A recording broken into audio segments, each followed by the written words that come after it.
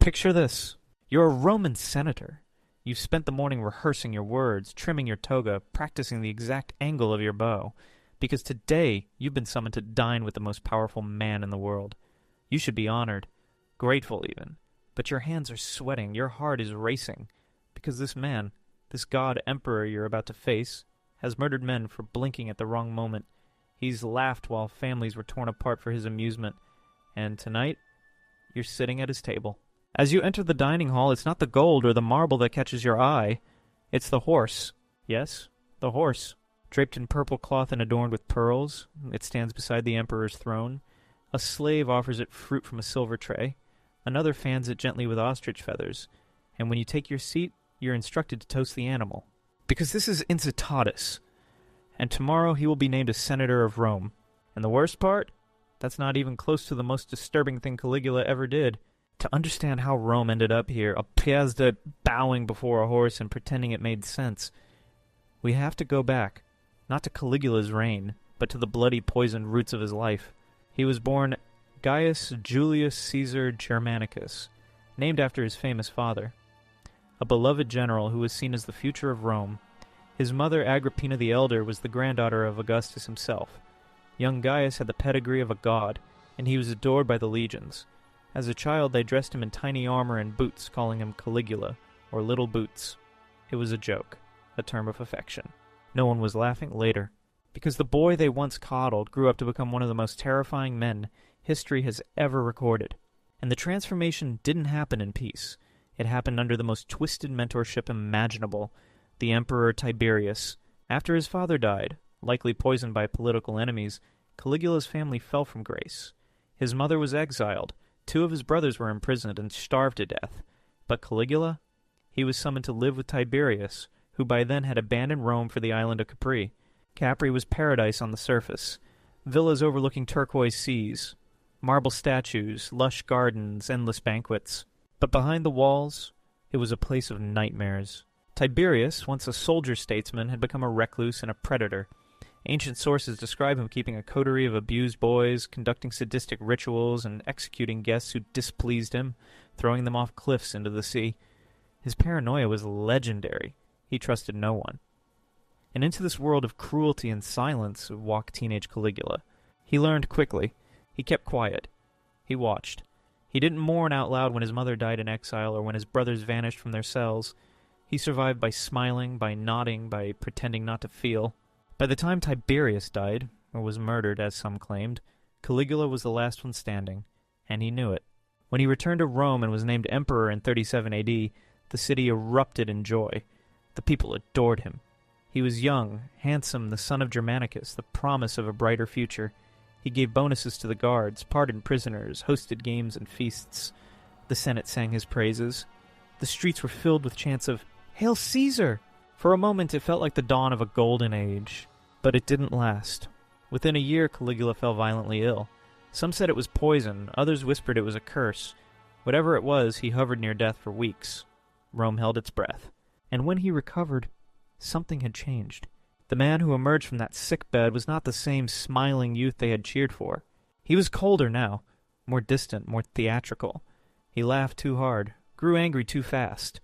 He stared at people just a little too long, and his jokes began to cut deeper, more brutal, less human. At first they said he was eccentric. Then they called him mad. He began executing senators for minor offenses, or no offenses at all.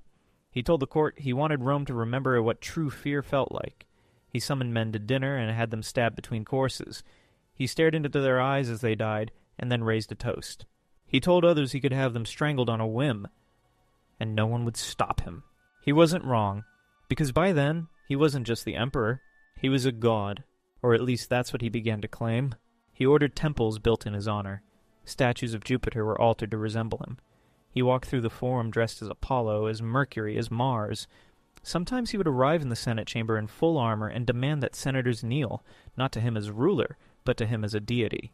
He declared that the gods themselves were jealous of him, that the ocean bowed to him, that he could speak to the moon and rearrange the stars.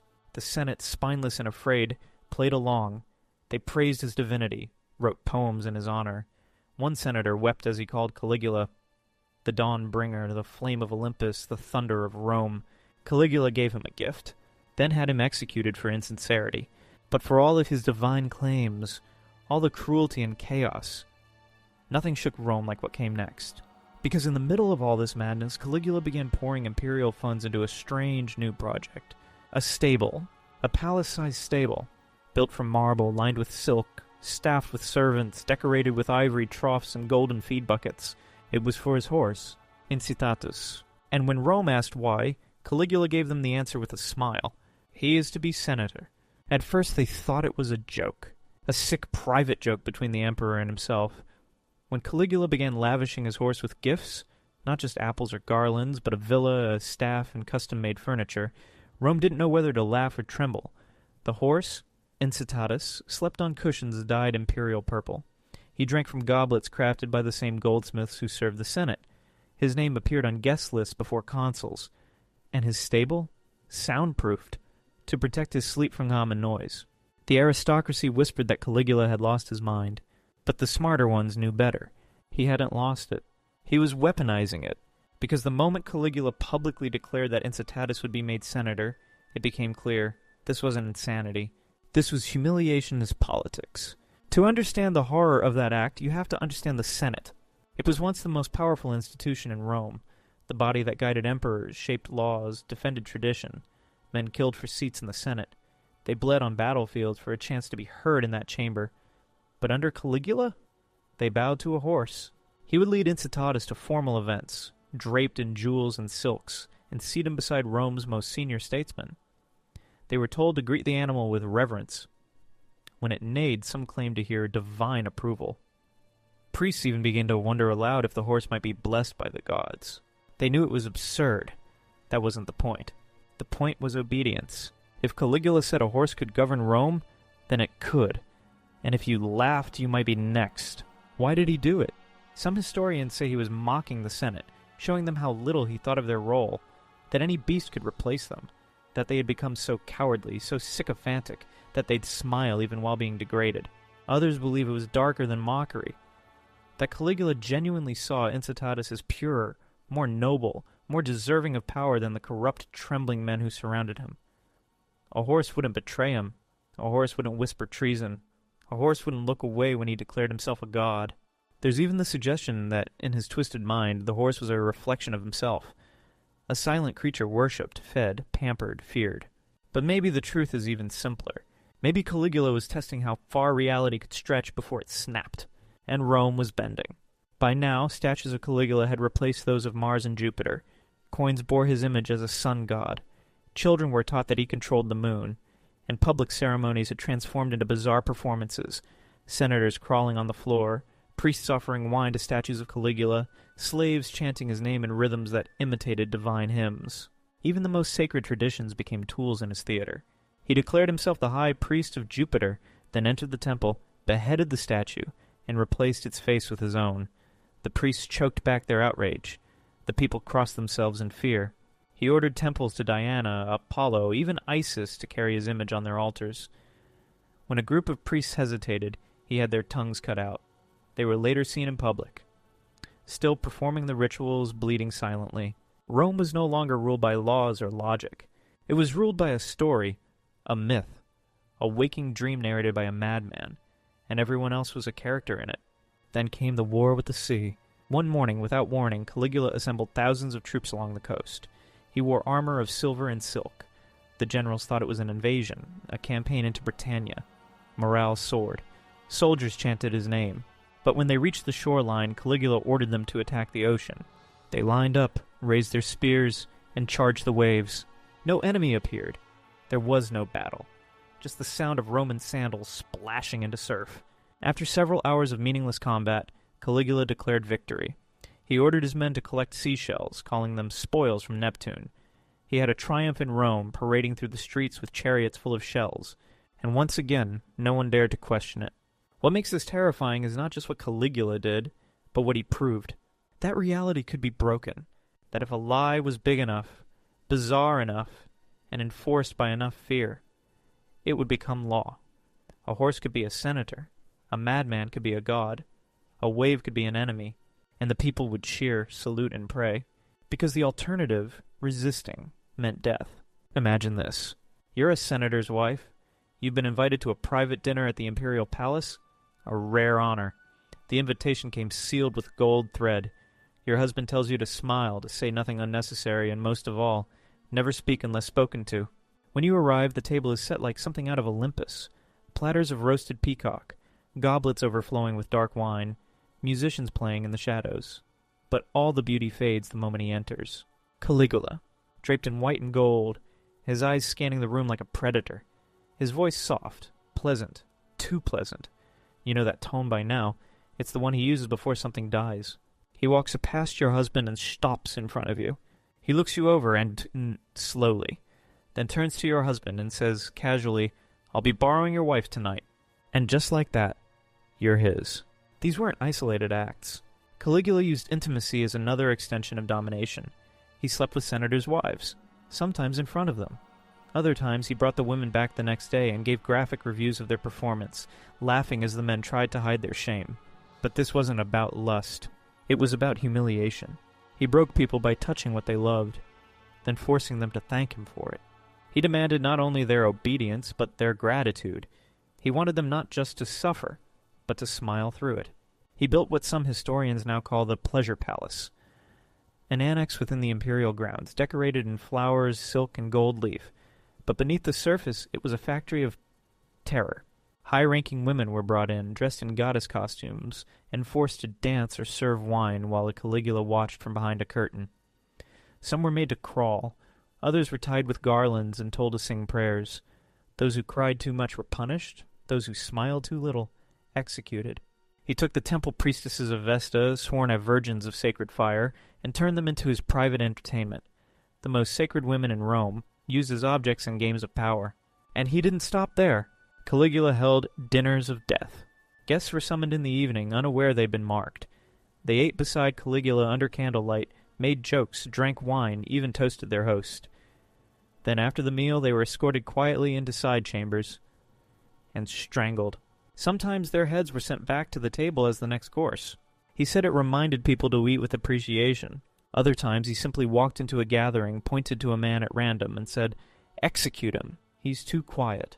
No reason, no crime, just a demonstration, because what Caligula really worshipped wasn't love or war or even the gods. It was control. There were stories of men forced to crawl through his garden on all fours, barking like dogs for his amusement, of senators beaten with rods in front of their slaves, of servants sewn into animal skins and torn apart by dogs as part of a performance. And the worst part? People applauded, because to be silent was suspicious. To disapprove was suicidal. Applause became a survival mechanism, a mask to hide the horror. In Rome, no one knew who would vanish next. A friend could disappear at sunset, and by dawn their house would be reassigned, their name removed from records, their portrait burned, their family shamed into silence. Caligula didn't just kill people. He erased them. He would walk through the forum with bodyguards and point to random citizens, asking, "Should I have this one killed?" Sometimes he'd order the execution on the spot. Other times he'd smile and say, "Spare for now." It became a city-wide ritual. Whenever Caligula passed, people froze in place, hoping their stillness would save them. No one waved, no one called out. They just prayed to remain invisible. And then, amid all this terror, came another public announcement. Incitatus, the emperor's horse, would not only be named senator, he would be made consul, the highest office in the Roman Republic. On the day Caligula officially named Incitatus consul, the Senate chamber was silent. Not with protest, not with disbelief, but with fear. Men who once gave fiery speeches about honor and tradition now sat still in polished togas, sweat dripping down their backs, watching a horse clop across marble tiles. He was draped in purple, the imperial color. A golden wreath circled his brow.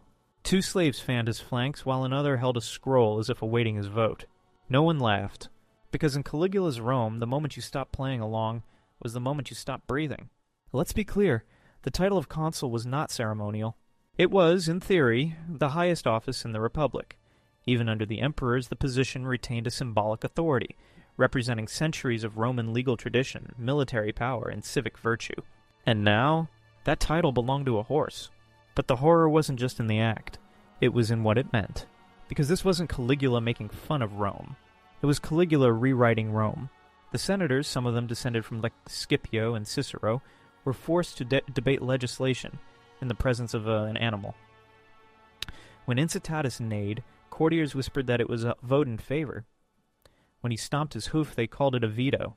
Caligula would sit nearby watching, waiting, smiling. He wasn't laughing at the absurdity. He was drunk on the obedience. And no one dared break the spell. Because this wasn't just mockery. It was a loyalty test. And Rome failed it. The deeper truth? Caligula didn't think Incitatus was intelligent. He didn't think he was divine. He didn't even necessarily believe he was making a statement about the Senate's stupidity, though he certainly enjoyed that implication. What he believed, what he knew, was that power didn't need to make sense. Power didn't need logic, reason, or justification. Power was. If he said the horse ruled Rome, then it did. And the terrifying thing was, he was right. From this moment on, the line between reality and performance vanished. Caligula had proven something irreversible. Something few tyrants in history have ever demonstrated so purely, that when power is absolute, truth becomes optional, and when truth disappears, madness becomes law. There were no protests, no riots in the streets, no brave senators standing up to decry the insult. Just silence, silence, and the sound of hooves on marble. The next day, new laws were passed, edicts signed, trials held, and Incitatus was listed among the attendees. The official records note his presence. The scribes dared not omit it. Rome was now ruled in part by an animal, and no one did a thing. And yet, something began to shift, because in that silence something cracked. Maybe it was in the heart of a soldier watching the palace guards bow to a stallion. Maybe it was in the eyes of a senator who could no longer look at his own reflection. Maybe it was in the streets, in whispers, in prayers, and tears. But somewhere someone realized, Rome could not survive this much longer. That madness may reign for a while, but it cannot last forever. And behind every empire of fear, there is a moment of reckoning. By the start of 41 AD, Caligula was no longer the man who'd been cheered through the streets just 4 years earlier. The once radiant son of Germanicus, the golden hope of Rome, had become something else entirely. Something colder, stranger, hollowed out by power and devoured by paranoia. He still smiled, but it was tight, suspicious. He still performed as a god, but with growing desperation. Because deep down, though he would never admit it, Caligula was afraid. He had seen the look in their eyes. The senators, once groveling, now bowed too quickly, too mechanically. They avoided his gaze. Guards saluted with rehearsed stiffness. Slaves moved silently in the halls. The laughter at his jokes came half a second too late. The prayers offered in his name grew shorter, flatter, less convincing. He wasn't stupid. He understood. The fear was still there, but something else was rising underneath it. Disgust. And worse, contempt. He tried to clamp down harder. Executions increased. Informants were paid double. Entire households disappeared. He demanded oaths of loyalty from the priesthood, forced senators to rename their estates in his honor, and issued a proclamation that all newborn boys be registered with his name added as a second praenomen. He even began reciting his own genealogy as if it were divine scripture, tracing his lineage not just to Augustus, but to Mars, Jupiter, and Venus. But the more he screamed his divinity, the more obvious the truth became. A god shouldn't have to beg to be worshipped. That's when the whispers began to harden into plans. The Senate wouldn't move. Too weak. The people couldn't rise. Too afraid. But the Praetorian Guard? They were close enough. They'd seen enough. And a few of them, led by a quiet, calculating officer named Cassius Chaerea, began to ask the forbidden question. What if we kill him? Cassius had reason to hate. Caligula mocked him daily. Called him soft, womanish, a half-man. Once, when Cassius asked for a watchword, Caligula sneered, "Here's your password, Venus." He humiliated him not just in public, but as policy, a personal sport. And now, that man, that soldier, held the key to the emperor's survival, or his death. They planned carefully. The theater would be the place. Caligula had a performance scheduled, an appearance that required him to walk through a narrow corridor behind the stage, a place with no guards, no public, just shadows. Perfect. The conspirators numbered less than 10, mostly Praetorians, a few senators, a freedman or two, not because they trusted one another, but because they shared a common truth. If Caligula lived another year, Rome might not. The morning of the assassination, Caligula awoke late. He had nightmares now. Nightmares of drowning, of choking, of being torn apart by lions. He told his physician the gods were angry, that Jupiter had visited him in sleep, eyes filled with blood. The physician nodded, prescribed more wine, and left quietly, never to be seen again. Caligula arrived at the theater in high spirits, or pretending to be. He wore a white robe embroidered with golden suns, claiming it had been stitched by moonlight. He made jokes. He paused for applause. He recited a poem to the crowd. But as he left the stage, walking into the corridor behind the curtains, no applause followed him. Only footsteps. The corridor behind the theater was dim and narrow, lined with polished stone and echoing silence. Caligula walked slowly, surrounded by a few attendants, humming a tune from the performance he'd just watched. He was in a good mood. That would be the last feeling he ever had. From the shadows, Cassius Chaerea stepped forward. He said nothing, just raised his hand and struck. The blade went deep into Caligula's neck. The emperor staggered backward, arms flailing. He opened his mouth to shout, but blood choked the sound. Another blade appeared, then another. More men joined, each thrusting, slashing, gasping for breath like they were drowning in fear and rage and relief. Caligula didn't die easily. He screamed. He clawed. He tried to run. But the corridor left no room. They stabbed him 30 times. And when he finally collapsed in a pool of his own blood, twitching, eyes wide, mouth still moving in silent protest, the men stood over him in a stunned silence, not cheering, not celebrating, just watching. Because no one, not even a murderer, expects to see a god die. Within hours, Rome changed. The Senate met in emergency session. Some demanded a return to the Republic. Others feared civil war. No one could agree. Meanwhile, Caligula's body lay cooling in a shallow grave on the outskirts of the city, hastily covered in dirt like a dog. No funeral, no honors, no prayers. His wife was murdered. His infant daughter's head was smashed against a wall. The god emperor's bloodline ended before nightfall. And Incitatus, the horse who'd almost ruled Rome, he was never seen again. Some say he was quietly put down, buried in secret to avoid becoming a symbol. Others claim he was sold, stripped of his jewels, reduced to a common beast, forgotten. But perhaps the most haunting version is the simplest. That Incitatus simply stood, waiting at his marble stall, unaware that the world around him had changed forever, waiting for a master who would never return. What did it all mean? Was Caligula truly mad? Or was his madness the natural result of a world that gave one man the power of a god? Maybe the Senate wasn't shocked that he named a horse consul. Maybe they were shocked at how easy it was to obey. Maybe the real horror wasn't Caligula. Maybe it was how long Rome let him reign. And so, his story became legend. A name passed through history as a warning, not just of one man's cruelty, but of what happens when fear replaces truth, when power replaces meaning, when everyone agrees to a lie until they forget it's a lie at all. Caligula died believing he was immortal. The world remembers him as something worse. Not just a tyrant. Not just a lunatic. But a mirror. A reminder that when civilization abandons its soul, even a horse can wear the crown.